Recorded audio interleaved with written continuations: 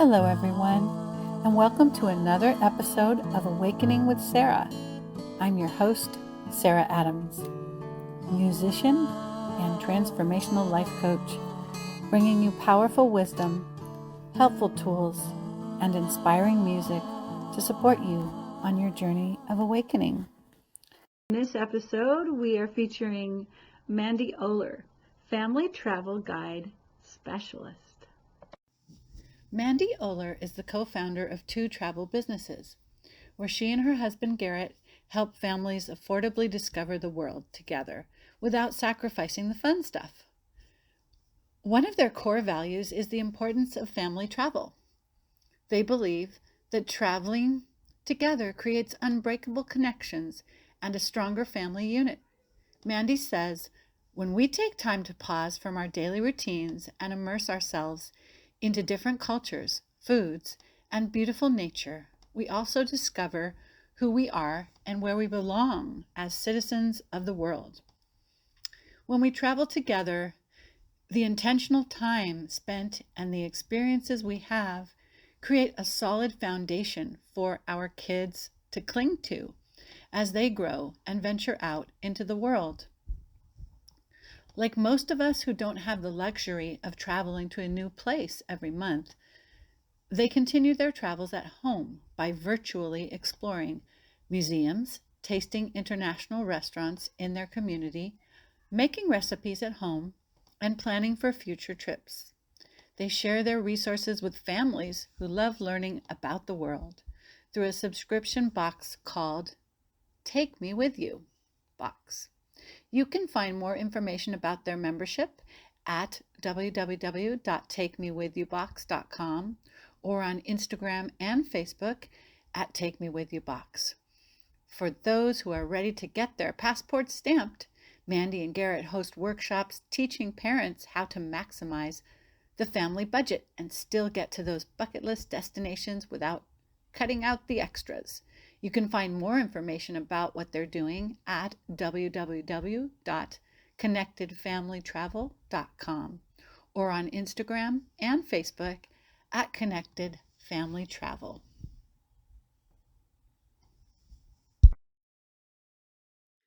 And so let's welcome Mandi to the show. Welcome, Mandi. Thanks so much for having me, Sarah. I'm excited. I'm excited for the conversation that I can learn from you as well. So this will be fun. Yes.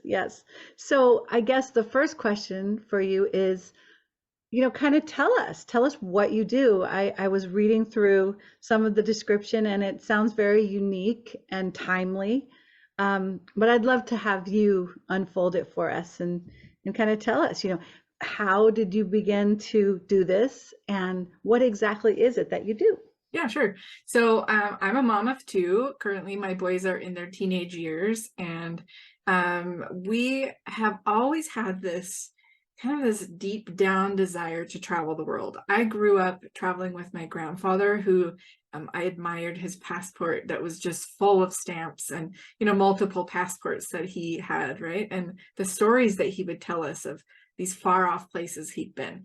And I don't know, there was just something in me that was just, it's in my blood to travel. So that was something when I met my husband that we just knew we would travel, and he wanted that as well. But as we got into our early married days, we had our mortgage and our car payments and, all the things that we get sucked into, right? The American dream, they call it.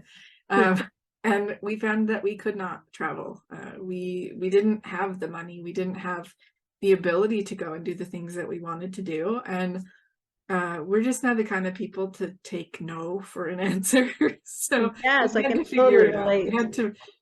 We had to figure out how we could still travel in the ways that we could, right? So we did quite a few road trips.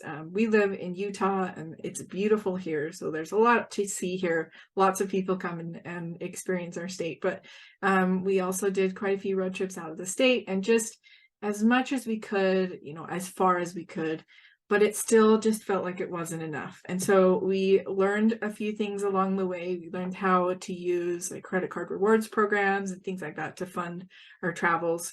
And, over time, we learned how to use them better so that we weren't wasting all of our points on one trip. And then we, and had kids. And then it became a little harder to use those points because they didn't stretch as far, and, flights became more expensive, and Right. things just started kind of compounding. But we noticed that that root value of travel for us was just always there. And so whatever we had to do to figure it out, we were going to make it work. And that's just kind of who we are. We DIY a lot of our home projects. We've renovated 3 houses, uh, Mm. and we just, I don't know, we just kind of figure it out. If we don't know how, we'll learn it, we'll figure it out, we'll do it, we'll make it work. And that's just kind of a core value for us as a family. So that's kind of where we're at now. So now we teach people how to do this for themselves. We teach them how to use credit card rewards programs. But what happened to us during the pandemic is that, nobody was traveling. All of Right. our fun travel was gone. And so we had to figure out how to continue to still learn about the world, how to raise our kids to be curious world citizens. And so we came up with a little travel from home subscription box. And it's kind of just like a family night activity that we do with our kids, but they have helped us now to grow this box and to put the right activities in there that are fun for kids, but also entertaining for parents too. And, just fun ways for us to learn about the world. And, exciting things that we didn't know before we had learned about that destination. We also encourage people in our box to kind of look into their own neighborhood. So play a little bit of tourist in your own town, if you will, and go and check out, maybe that restaurant that you've passed by a few times that you're kind of afraid to try, but be a Right. little brave and, step out of that and just, get to know the people in your community that maybe don't share the same cultural experience that you do. So that's where we're at now. We're just living in a way that inspires our kids and, inspires other people to also raise their kids in a similar way. That's beautiful. And I love the way, we talked a little bit um, off the record about how you really love creating having quality time, with Yeah. the family, and how this is a beautiful way to both learn about the world and have these bonding experiences where you're all together and you're having this beautiful activity. So it sounds wonderful. I don't have children, but I'm like, my inner children are like, yes, I want to get a box. I want to do Yes. this. And really we focus a lot on families, but it's for anybody. It's for friends, it's for, Mhm. we encourage you to do the box with somebody because there is such a fun a memory that you create with someone when you are learning about a country together with them. When you're doing the activity together. I've had sisters do it. I've had moms, adult moms do it with their grandparents and things. And they're just creating this intentional time to learn, but also to have fun and to do something that's totally unique. So yeah, focused Beautiful. time, that Mhm. intentional time is really big for us. And I think that kind of started when the kids were really little. We we were just kind of bored, we sitting around Yeah. doing all the things. But there was just a lack. There was a lack of connection. There was a lack of understanding where our kids were coming from. And so we just started including them into the activities that we were planning and including them into, the trips that we were going to take. And we give them a strong voice in helping us plan those trips so that they can always know there's something fun for them to do, right? We give them their options, but we don't let them run wild with all the choices. But we do listen to what they want. We listen to the things that they're interested in. We try to plan these trips around their unique interests as well. And because of that, they now feel like they have a more strong connection to us as parents because when I was growing up as a kid, I didn't feel like I had a voice at home at all. I Yeah, I uh, love that you're giving them that voice, because it becomes kind of child-centered. And yeah, when we know that we have, it's kind of like saying you matter. Yeah. You matter, you're a part of this. And I think that fosters this, self-esteem that's very important, and Yeah. really starts to benefit them as they grow, and Right. ripples out to really, really positively. So I think that's wonderful. Yeah. Yeah. Well, and we focused so much on it that we actually created what we call a belonging wall in our home. And it's one of the first walls you pass when you walk through our doors. So anybody that comes to our home gets to see this. But we let our kids pick some of their favorite memories and, photos. And they got to choose from kind of a narrowed selection. But, uh, you know, what do you want to put on our wall? What makes you feel like you belong here in this home? And what are some of your favorite things that Oh. we've done? And there are a few quotes and things that we have on that wall. But now when they pass by that wall, they know that, they're reminded of these fun things that we've done together. Sometimes it's as simple as, we went to the park and played tennis together, which started a habit that now, quite often we'll go and play tennis. Not that any of us know how to play tennis. It's just something fun that we It's do as just a family, right? fun. Yeah. And so we have this place that they can go when they feel, maybe they're feeling a little down for the day, and they walk past the wall and they think, okay, I'm home, this is where I belong, these people love me, and here's a reminder of all the times when we've created these memories together. So That is so, so beautiful. I love that. Hey, I have a question for you. yeah. As a musician and a lover of music, I'm like, do you have like music from the different countries in your box? And We do. So one of the cool things about it is that you can go anywhere in the world and be completely transformed. As a musician, you understand what happens to your body when you listen to certain music, right? yes. So when you listen to something from, say, we did Ukraine recently in our box, and Oh you yeah. listen to this Ukrainian folk music, and it's unlike anything anywhere else. And so that's actually one of the very first experiences that people have with that country. When they open the box, there's a little QR code inside the box. They click on the QR code and they get to listen to the playlist that I've created for them with the music of the country.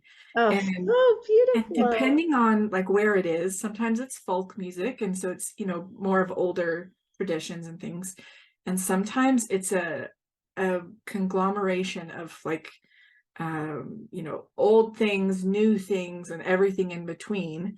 But it really gets you to understand the people more in a way that you don't get without that. I think music is such an important way to get to know people It from so all is, around the isn't world. it? It immediately like immerses you into the almost like the energy signature of that of the Yeah, culture. And yeah. yeah, it's so beautiful. Like we were learning an African song, from Burkina Faso at the Oh, other day in choir, and it's just like the minute you start singing that and the drum beat, and you're like, well, okay, this is the celebration for the harvest and the protection prayer for the whole people, and it's almost like you merge for a bit into that experience, and it's like, whoa, okay.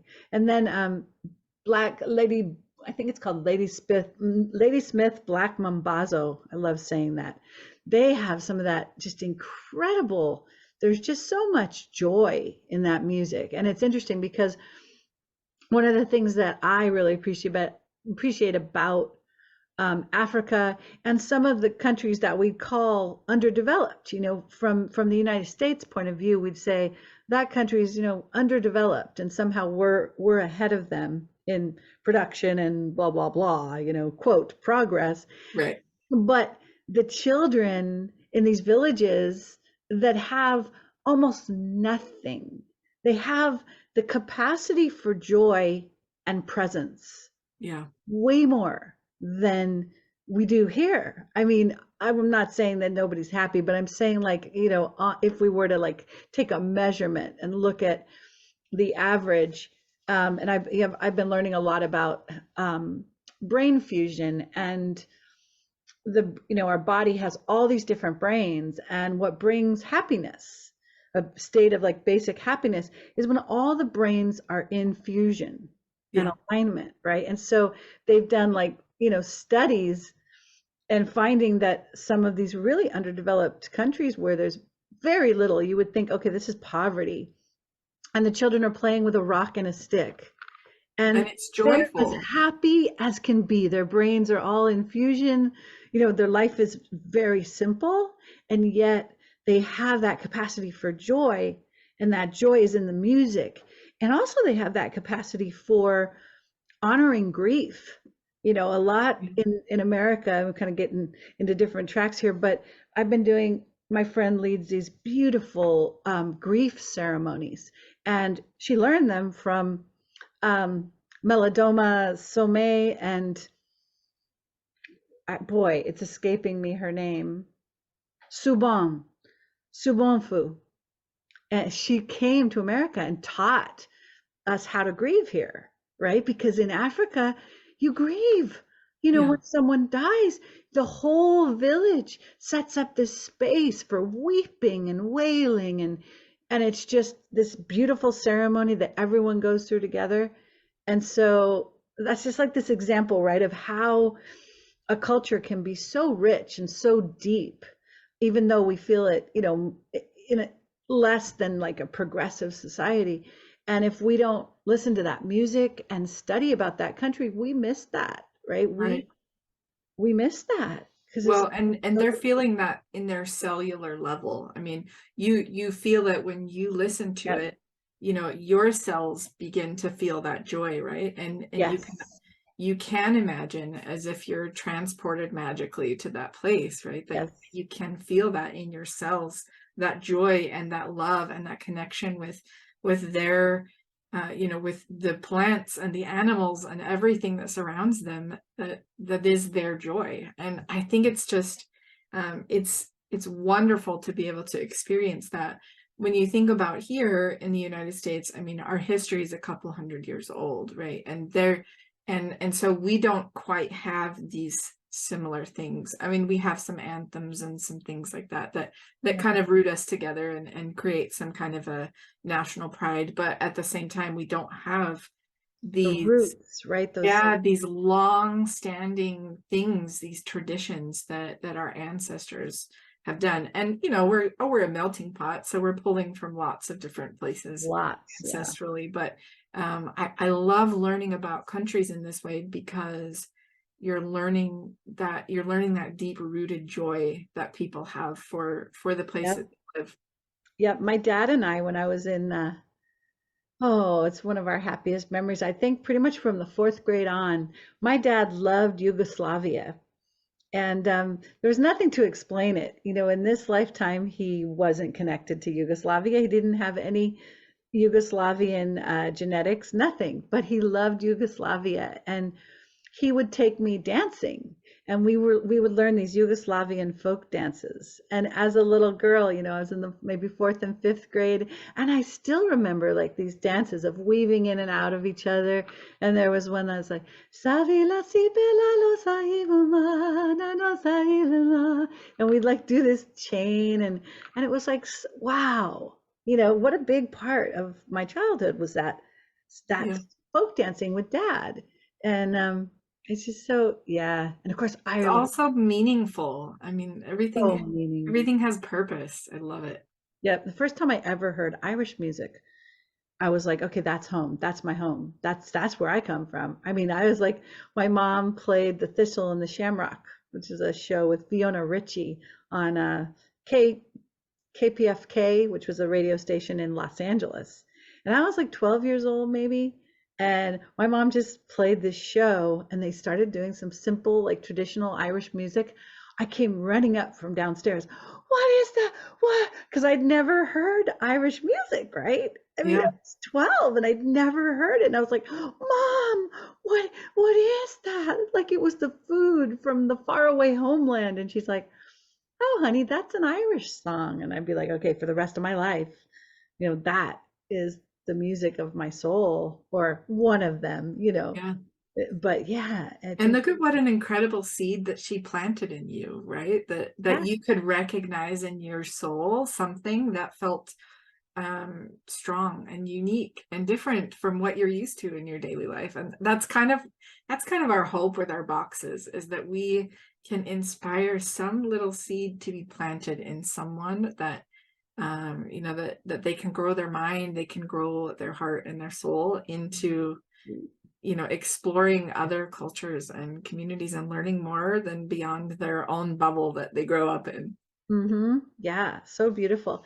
So I wanted to ask you about, because we had talked about this as well, the bravery that that you have as you travel, because I really, really respect that. I myself have some suffering from panic attacks, and I'm a very much like a homebody that's like, just let's just keep it the same, and I'd be home with my husband, and I can sleep in bed and my own bed, and so I and yet when I get called to travel, I go because my spirit will not be denied. So I would love to hear about your experience with that. Yeah, so one of the things that was always interesting to me, we never can fully understand somebody's experience with things. We only see what it looks like from the outside, right? So Right. when we were traveling a lot initially, we had so many people saying, "Well, how are you traveling so much? And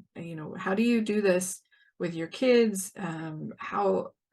How is this even possible? We know what you make in your in your regular jobs. Like how is this possible for you?"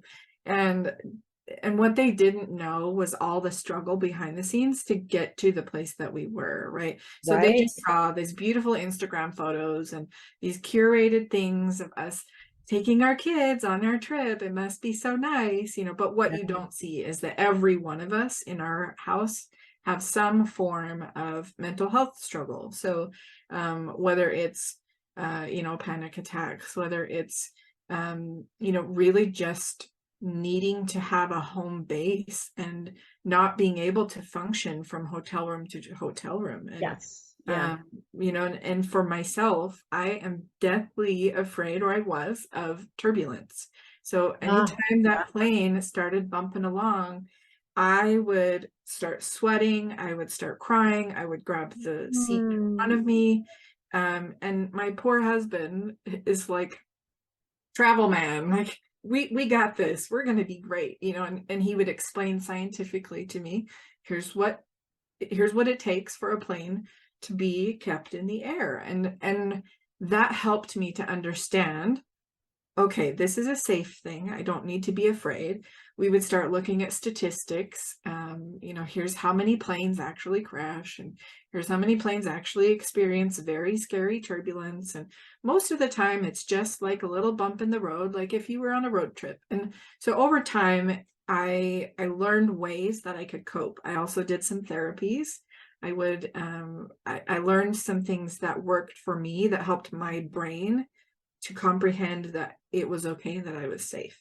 yes. Um, but still to this day, and I've been traveling for years and years, still to this day, if we hit a rough patch in the air, I immediately go to my place of, my meditation place, and I focus on the things that I know that help me.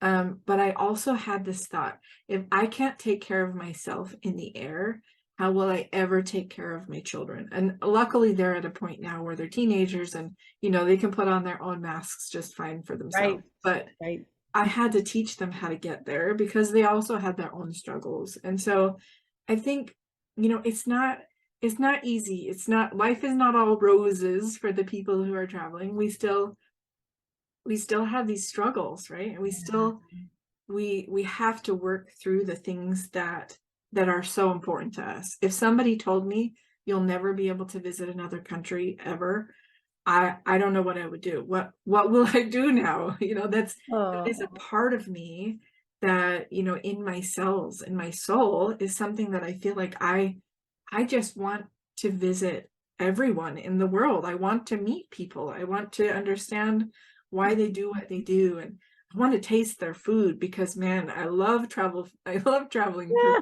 yes. The and food is amazing. Hey, I have right. a question for you because I'm seeing your Mexican flag in your beautiful array of all your different flags. And my husband and I just got back from Mexico. Um, and it was a good trip, but it was also hard because um, in Cancun, A lot of people were trying to take advantage of us. Yeah. We were, given illegal tickets that really weren't legal, which we ended up paying because we thought they were legal. Hmm. Right? We paid 180 American dollars because somebody convinced us that they were giving us a speeding ticket, and they weren't a real. Right. They had the clothes, but we learned that only oh, I hope I get this right. There's a certain branch of government that can give tickets, and the Hmm. police can't. It has to be the highway road patrol, whatever. And so, but we didn't know that. And the rent-a-car place completely took advantage of us, like just charging us $1,500 of insurance, right? Hmm. So Yeah. here's one of my questions is like, what, and I don't know what you guys know about this, but what do you do in Mexico to rent a car, right? And not get hit with this, exorbitant extra insurance. Yeah. I don't know specifically about Mexico, but I can tell you in Costa Rica, we have the same problem. So Mm, we hadn't done our research ahead of time to understand fully how it worked. And so when we yes. landed and they said, well, you need to buy this insurance, initially our thought was, oh, they're just trying to take advantage of us. We're Yeah. not paying this. And so I actually sat outside of the rental car agency. I mean, it was early in the morning and I'm frantically searching on my phone, right? What do we do? Right. We have research. Yep. Yeah. Had I done the research ahead of time, I would have known that there are actually better companies to buy the insurance through, and we could have saved quite a bit of money to Mhm. buy them in the right way. But as it was, we had no other options at that point, and we just had to pay it. So Yeah, we I learned our totally lesson in get Costa it Rica. because we Yeah. did too. And Frank was afraid to even tell me because he thought I'd get so mad. But I was like, wow, they really, and my friend did. My friend said, during the high season in Mexico, they make as much money as they possibly can, and they're making it for their families because Yeah. during the low season, it's going to be hard to put food on the table. Yeah. So it helped me a little bit. I was like, okay, okay, this is feeding families. This is, but I We was hope. still We pissed really off. hope that's the case, right? I was still really, really pissed off. I was like, oh, Yeah. The only advice I can give really is YouTube, right? Go on just, yeah, YouTube because learn as people much as you can. know. Learn as YouTube much is as is a you can. great resource. People have written blog post after blog post. I mean, there have been hundreds of thousands of travel bloggers out there, Yeah, writing about these giving things. us the information we need. Yeah. Yeah, the information is there before you go anywhere. Just do some searches to find Yeah. out, what's the right thing to do. But we can't always know everything, I right? like that this conversation, right, is going out there because it'll save someone else Right, right. this experience.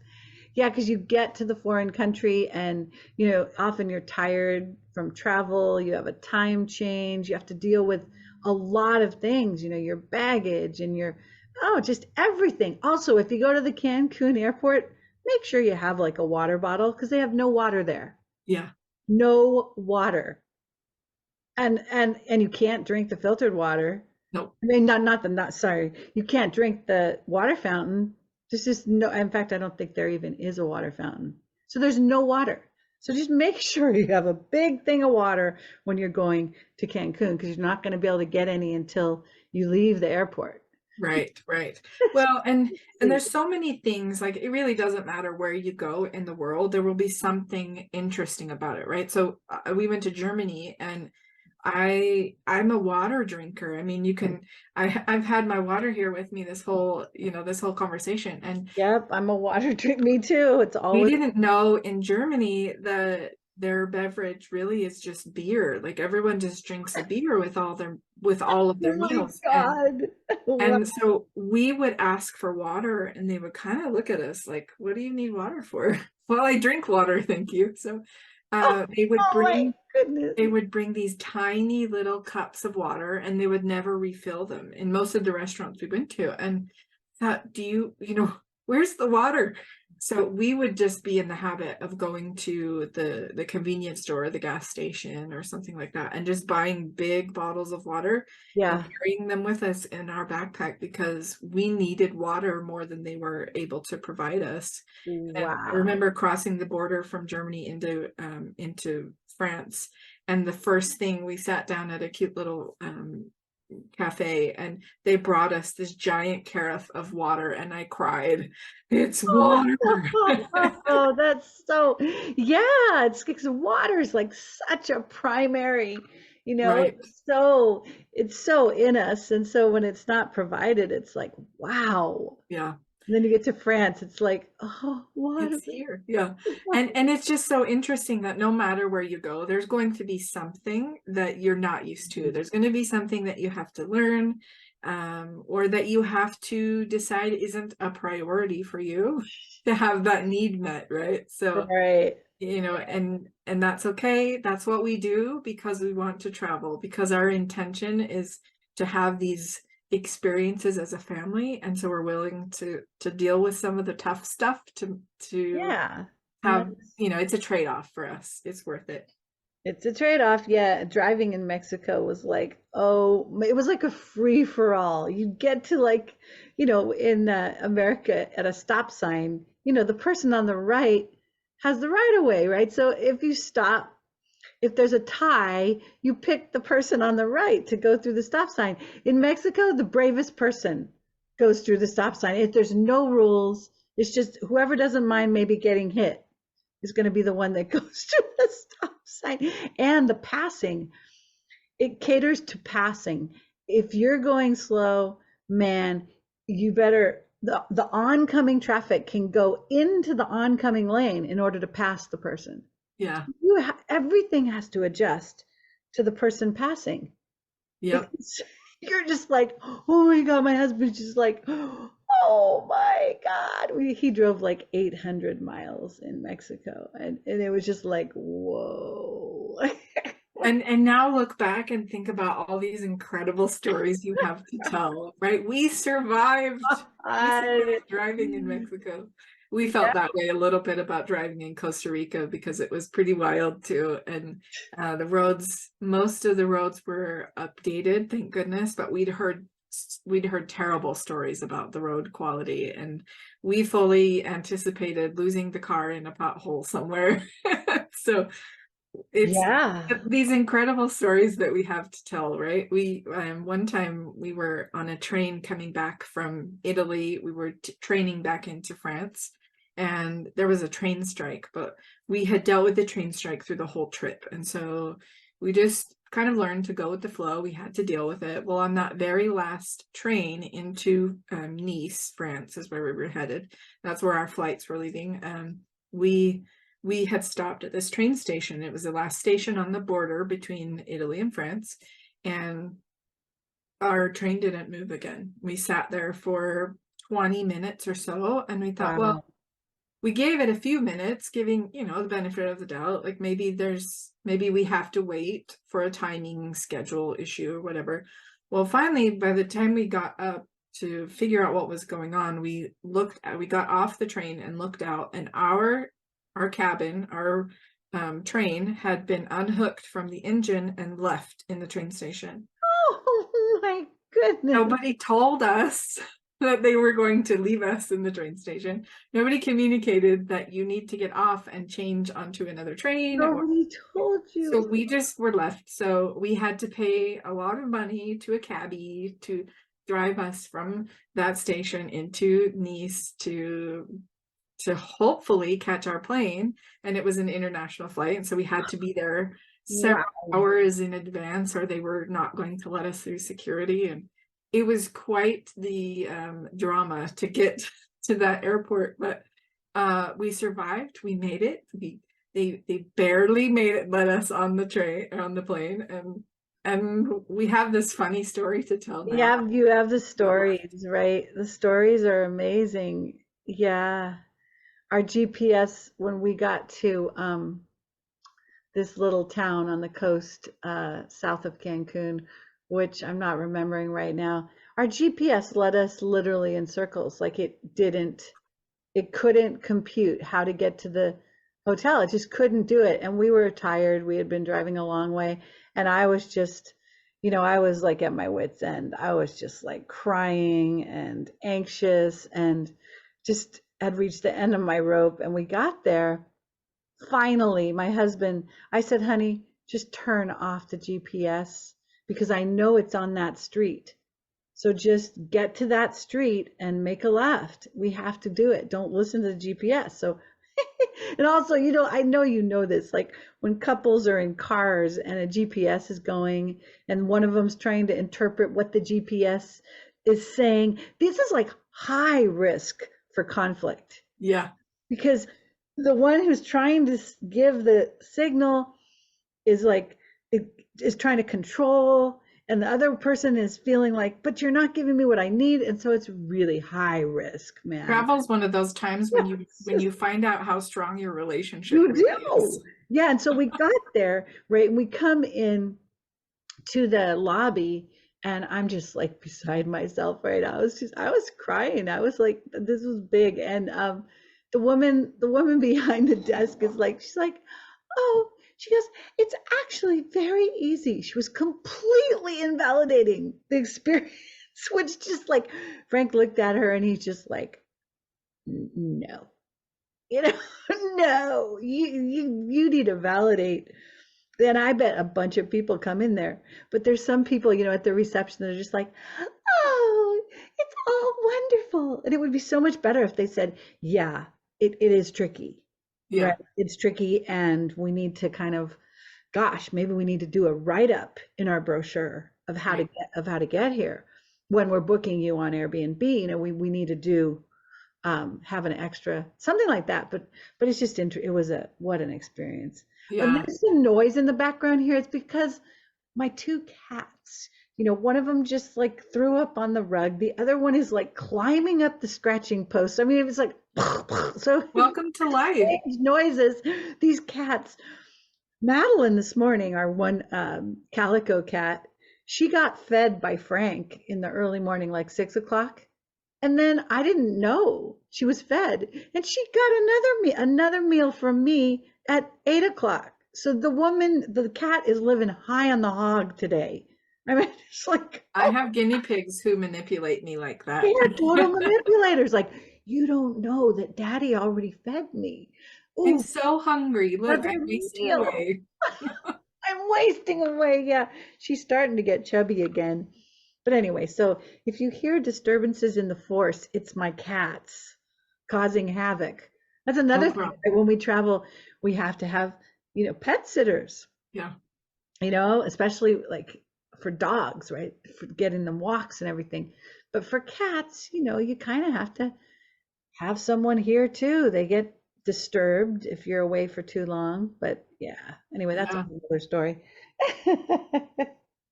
So yeah, it's fun. So I want to ask you, so when you look back on the many places that you've traveled, what are 2 or 3 of the places that really stand out for you? You know what I mean? That are like the highlights. Yeah, we went to Japan in the fall last year, and that was a whirlwind trip. We weren't really prepared to go because we'd canceled the trip several times, and their borders weren't open yet, even up until, the summer of 2022. We weren't sure we were going to be able to take the trip. And I didn't want to let myself down. And so I didn't plan the trip really, because I didn't want to have to cancel all the things. And then it came down to less than 30 days before our departure date that we found out we were going to be able to go. Oh, wow. So we had like 30 days to get everything in line and to get everything ready and to go.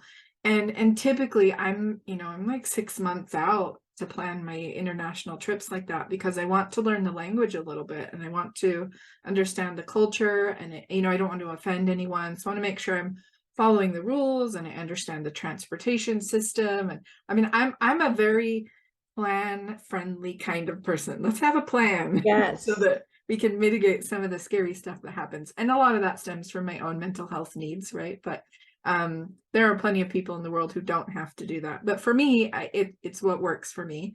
And So just hopping on a plane and landing and showing up and hoping for the best was a quite the experience for sure. Oh, My wow. oldest son, he's 15 now, and let's see, he was 14 at the time. He said, before we were going to leave, about a week before, he said, "Mom, I need to tell you I'm really nervous about this trip because we are not as prepared as we are for a lot of the other trips that we take." He said, "I feel like we're just going to offend them with our actions, and I feel like we're not ready. Maybe we should cancel." And I enjoyed that he came to me and said, I'm struggling with this. What do we do?" So we Right. went through his list, kind of bullet point items of what he was worried about, and we were able to talk through them and, work through them. And some of them I said, "There's really nothing we can do at this point. It is what it is, and we'll just do the best we can." And, he's okay with that, being a 14-year-old, a little bit okay, but he's just, "Okay, I want to go. I really would like to go. So we'll do the best we can." Oh, that's so But good. And that's a good lesson, to be able to live in some unknown is really kind of, it's a maturity of yeah, our soul. And especially in these times where yeah, so much is changing, to have that ability to live in the unknown, yeah, and to plan, but to also be able to know, okay, there's an edge here, there's a cliff here, I can't see, but I'm going to trust, right? I'm yeah, going to trust. Yeah. yeah. So then what happens? So Well, and so we get there, and we couldn't have been more welcomed by any group of people. They were, oh, excited to have us. We love Disney theme parks, and so we went to the Disney theme parks there. We also went to the Universal theme park, but we do a lot of cultural things as well. But Disney is just fun for us, so we wanted to see what it was like there. And the people were so welcoming and so excited to see us, and oh, obviously happy to have tourists back in their country, but yeah. um so helpful, in some cases a little too helpful. Sometimes it was like, "No, we're good, we got this." But uh, they I don't know, I just felt like, sometimes you go places and you just feel a little bit out of place. You feel like maybe I'm not quite welcome here, or they don't really want me because of misunderstandings, or, Right, yeah. some political turmoil, things that they've heard about Americans or whatever. You deal with that. But that was not the case here. They were so welcoming and helpful, and you know, a lot of the transportation things are written in English, so it was easier for us to make the train transfers that we needed to. Mhm. Everything is so streamlined and clean, and I don't know. I probably would live in Japan if I needed to move somewhere. I would move to Japan. I loved it. Um, and my family loves the food too, so that's a really easy thing for us to, we wouldn't have to change the way that we eat. But there was just something calming and something just welcoming about Japan that Mhm. I don't know. And it's one of those things, like you said, you can't quite explain. There's Mhm. just something about it that I loved, and I didn't know that until we got there, that Yeah, that you'd have that experience. So what part of Japan did you go to, Tokyo, or did you go out into Yeah, the so we did country? Tokyo, Osaka, and Kyoto. And we did, really the ancient things in Kyoto because it's just packed with such historical significance. But and then Tokyo is just so modern, and it's so, I mean, it's much more modern than here in the United States, and the Yeah. incredible things that they're doing with technology there. It was such a stark difference to go from Kyoto to Tokyo, and Wow. Yeah. and see that just a couple of hours on a train and you're in a completely different, environment, and that was really cool too. Wow. And so the boys had a great time too? Oh, they love it. And my youngest is a Pokemon addict, I will say. So he was thrilled with all the Pokemon things. My oldest loves trains, and their technology with trains is just amazing. So we went to a really cool train museum there, and and they love Japanese food. They'll eat sushi of any kind. They're pretty Yeah. brave about trying Mhm. strange food. So that wasn't always the case. They have grown in their adventurous food sampling. That's great. Yeah, it was amazing. And all of us have said, when are we going back? 6 months, 9 months, when are we going?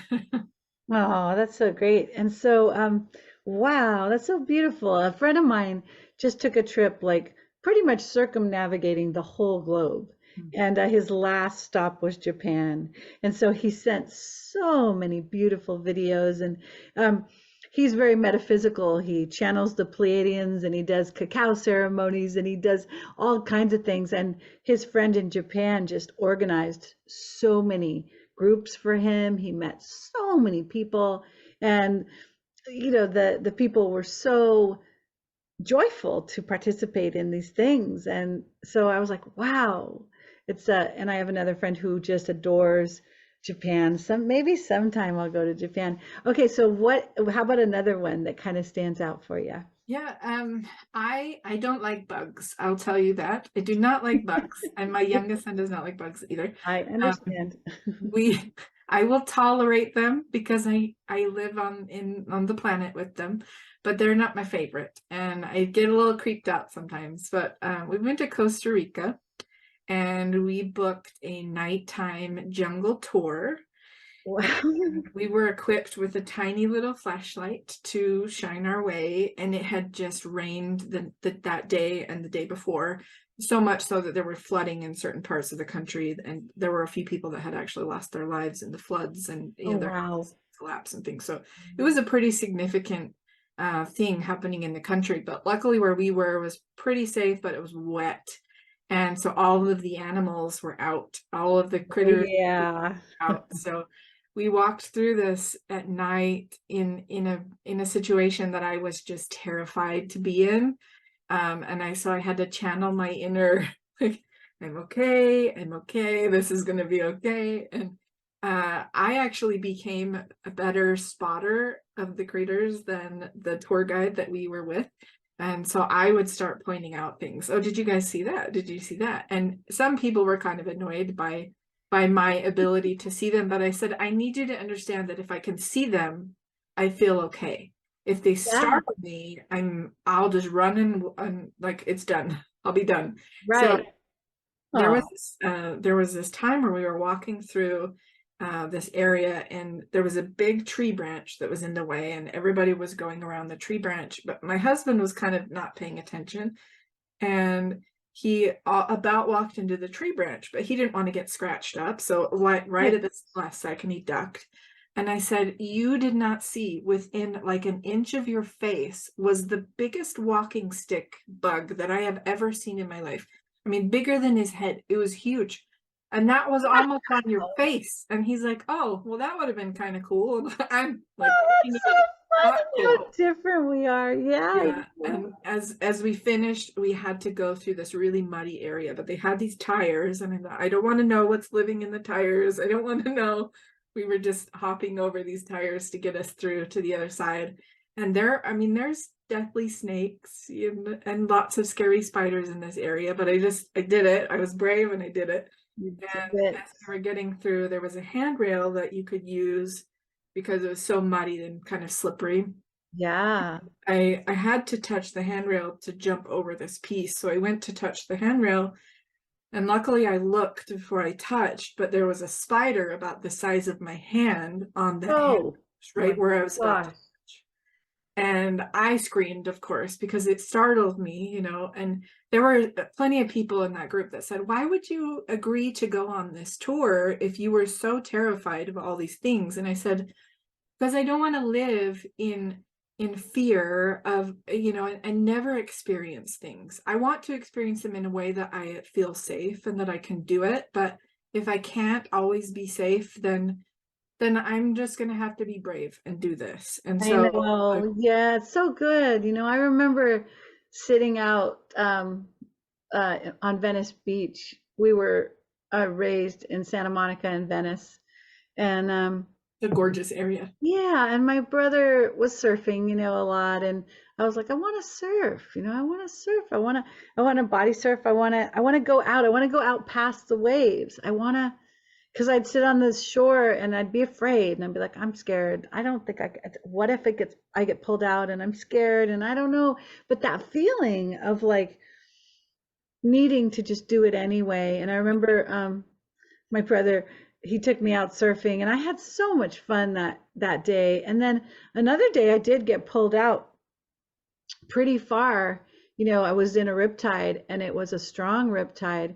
And this guy on a surfboard who was way, way out there just let me just hang on his surfboard for a while. And then he was there to help me swim back in. And I'm a good swimmer, but there was that fear, right? Yeah. But it's like it all worked out. It's like, and I felt like, whoa, I did it. You know, I went out into this scary thing. And it's like that, you know, it's like Susan Jeffers, I think is her name. She wrote a book, Feel the Fear and Do It Anyway. Yeah. Right? Because, and there's that great line in, I don't know the movie, maybe it's called, so I think Richard Gere is in it. It's about, it's like the last dance of something, but it says, a life lived in fear is a life half lived. Yeah. It's amazing line. So I really admire that. One practical question that's really coming to me Yeah. is, so in your box, you have the ways to experience the country, you know, without travel, but then you also help advise people about when they're actually traveling. So I'm wondering how those two relate. Are they part of the box, or do you have a, yeah, Yeah. So about that? in the magazine, and in fact, I'll show you.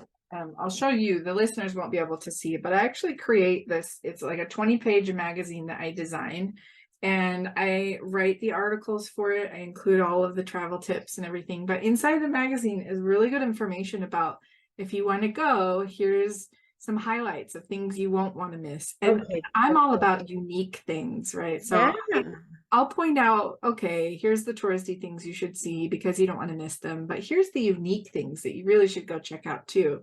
And so, yeah, in the magazine, there's a little bit of that. And in our other business where we teach people how to use the points, that is where we get really deep into, okay, now you're ready to go. Here's how we How plan to this trip. do this. Okay, so Yeah, you've got yeah, two separate businesses. yeah. So what are the names of the of your different Yeah, businesses? so our box is called the Take Me With You box. And the reason we named it that is because every time we tell somebody we're going somewhere, the first thing they say is, "Oh, take me with you. Can I fit in your suitcase?" You know? Oh, that And is so so cool. we actually created, I'm going to show you. We created our box to look like a suitcase. Oh, it does And look like that. Yes. just this cute little thing of like, okay, if I can't take you with me on my trip, then let me show you a little bit about this country. And we actually, when we came back from Japan, we did a box about Japan and shared our experiences there. Oh, When we went to Costa Rica, and we did a cacao ceremony there, and we learned all about cacao and how it was harvested. We came back and did a box all about cacao in Costa Rica. So a lot of the box comes from our own travel yeah. experiences. I wish that we could go a new place every month and, create all of our boxes that way, but someday, Yeah, that's but the that goal makes someday. But yeah, so that's the box. And then our other company is called Connected Family Travel, which probably doesn't surprise you because a lot of what we talk about is the connection that we create when we travel together as a family. So yeah, those connected are our two family companies. travel. Okay, cool. Take me with you and connected family travel. Yep. Beautiful. So do you have another place that stands out for you? Let's see, we got Japan, Costa Rica with all the bugs and the current. Well, and the thing about Costa Rica is if I had not braved through the bugs, that was day one of our trip. If I Yeah. had not braved through the bugs, I would have missed out on that cacao ceremony and to understand where the cacao, the sacred roots and the sacred traditions that they have from the women in the tribe there. And I would have missed that. And I would have missed the beautiful beach that we stayed in this gorgeous little property that we stayed in. And the trade-off was so different.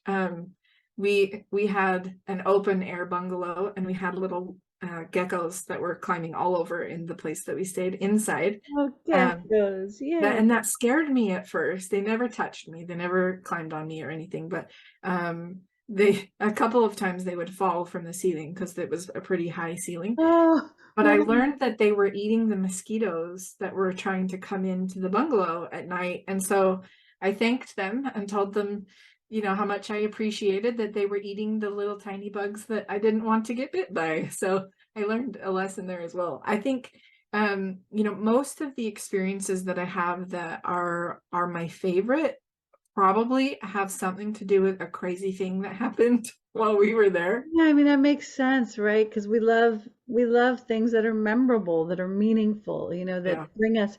There's the things that are the most unique, and kind of maybe at the moment are like, wow, kind of put us off, but they're the things that bring us into the present moment. I mean, yeah, of course, beauty really brings us into the present moment for sure. But also, just like, oh my God, look how wild this is. It brings yeah. us right into the moment, and it's like, whoa. Hey, And so we survived, you and what an survived. adventure. So Yeah. now, did you have to walk through that trail where all the bugs were to get to your bungalow? Well, it was kind of a round trip side thing that we did. And so we could stay in our bungalow without having to go, to get around. But it was an optional tour that we decided to do, and we thought it was a great idea. Yeah. And it was fun, um but quite an adventure. The other thing that stands out to me, I think, was the first time that we took the kids out of the country, and they learned French in when they were in elementary school. They learned French in a dual immersion program, and so 50% of the time in school they were speaking French, and that we chose to do that. We actually moved to a school.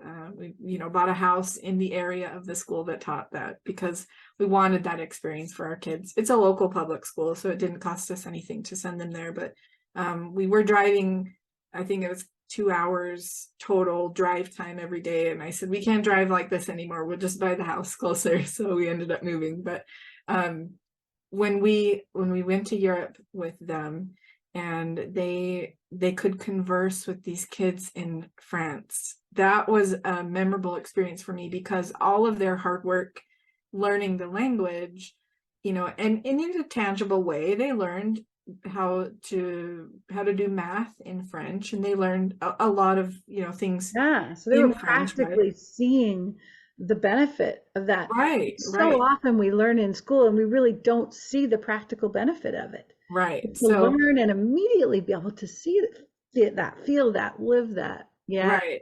So we took them to a park in Paris that was just, a normal park for all the local Parisian kids to go to. And we didn't even really think about it at the time. Like, well, our kids are young, they like the park. Let's go to the park and give them a chance to run around. And we had been at a museum, I think, for half of the day. So they were kind of bored and a little bit grumpy. And so this was our way to say, okay, now it's your time. Here's some fun.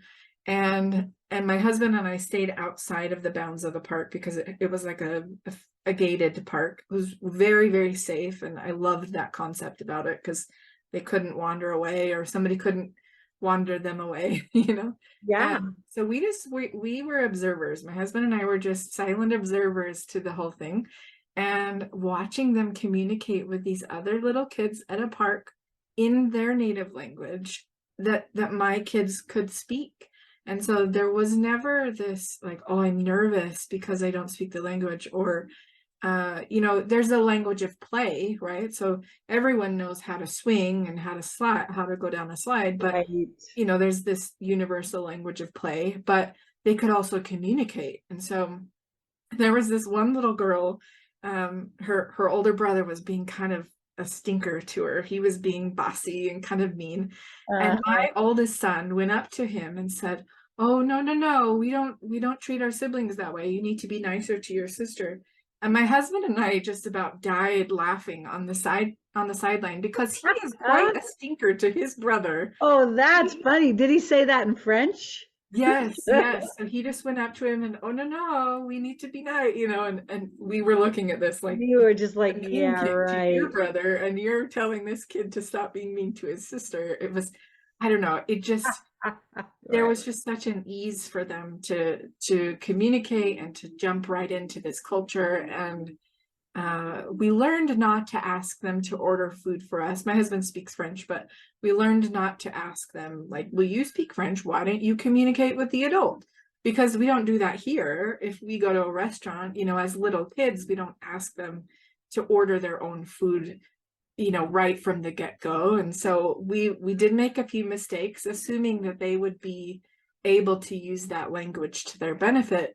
They still were kids and they were still afraid of strangers and the communication there. But we actually got stopped on the way home.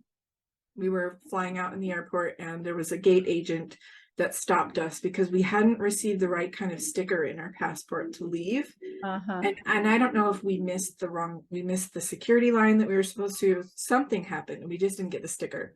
And they pulled us aside and started interrogating our kids because they spoke French. They had assumed that we were kidnapping them. And so my oldest Oh my goes through goodness this rigorous gracious. like series of questions to prove that we were That's, parents, yeah. wasn't being Oh. kidnapped. And then they complimented us and said, wow, his communication skills are incredible and his ability to communicate in French to adults. We were convinced for quite some time. And then they said, how did you make it through without getting the sticker? And we said, we really don't know what happened, but we just want to go home. Can we go home now? You please go home. Yeah, Yeah. you're having to prove. Oh my God. And in that case, the real proficiency in the language is like working against you. You're just Yeah. like, whoa. And it's interesting because some people who learn languages, like I'm one of these people, since I'm a musician, right? And I'm very auditory. Mhm. I can like hang around with my Swedish friend for like an hour and people think I'm Swedish It makes because I sense can to get the you. exact inflection. And like with Spanish, like all the people that in Mexico were like, are you from here? Your Spanish is so, because I just merge, right? It's also the Pisces moon, man. Getting into astrology a little bit. If you have Pisces moon, you can really merge with an entire, like the tone and the feel. And then people just, they get confused. They think, oh, you grew up here. You are Yeah. here.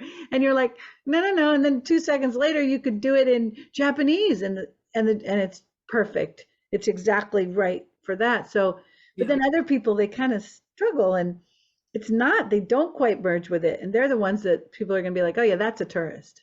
Yeah. But Yeah. your kids sound kind of like the ones that actually really kind of become the language. And Yeah, I've never made that connection, but they both have really good ear for uh, music and for music, sounds and things. And it's, so yeah, it's the I musicians and this, yeah. yeah, that makes sense to why their accents were so much better than some of the other That's kids why in you're the getting class. accused of kidnapping. Right. Oh God, that's just wild. Yeah. Oh, well, gosh, we're pretty much at our hour, but it's been a joy to talk to you, Mandy, and really just I think it's just so beautiful what you're doing and exciting, because a lot of us are not going to ever travel as much as you do. And then some of us who do want to travel can really benefit from all the things that you have learned. And so, yeah, we'll have in the show notes, we'll have all the links so that people can purchase, these beautiful take me with you boxes and then the connected family travel with all the Yeah, we would love to have everybody come on the adventures with us. It really is so much more fun to do it together. And one of the taglines we use is fuel your global curiosity together. And we just come back to that value of doing everything together with intention. So, hmm And you guys, getting back a little into the astrology, so Jupiter, it'd be interesting to look at your charts because you and your husband probably have Jupiter's the big planet for travel, right? So you've probably got, and when you've got I don't know much astrology, but when you have a certain like sign in Jupiter, you have to travel. yeah, You have to. It's not like a choice. You have there's to. just You're going there's to. no other option. There's I mean, no option. And so you must have that. If my roommate were awake, she'd be like, oh yeah, yeah, yeah, she has that in Jupiter. And but we for may have to have another conversation. I'm curious about all that stuff. yeah, yeah. So yeah, so thank you so much for being on Agents of Healing and Beauty, and thank you for all you do. And yeah, we'll have another conversation for sure. Thank you so much, Sarah. Okay. Bye-bye, Mandy. Okay, everybody. So that's our show for today, and we'll see you in the next episode.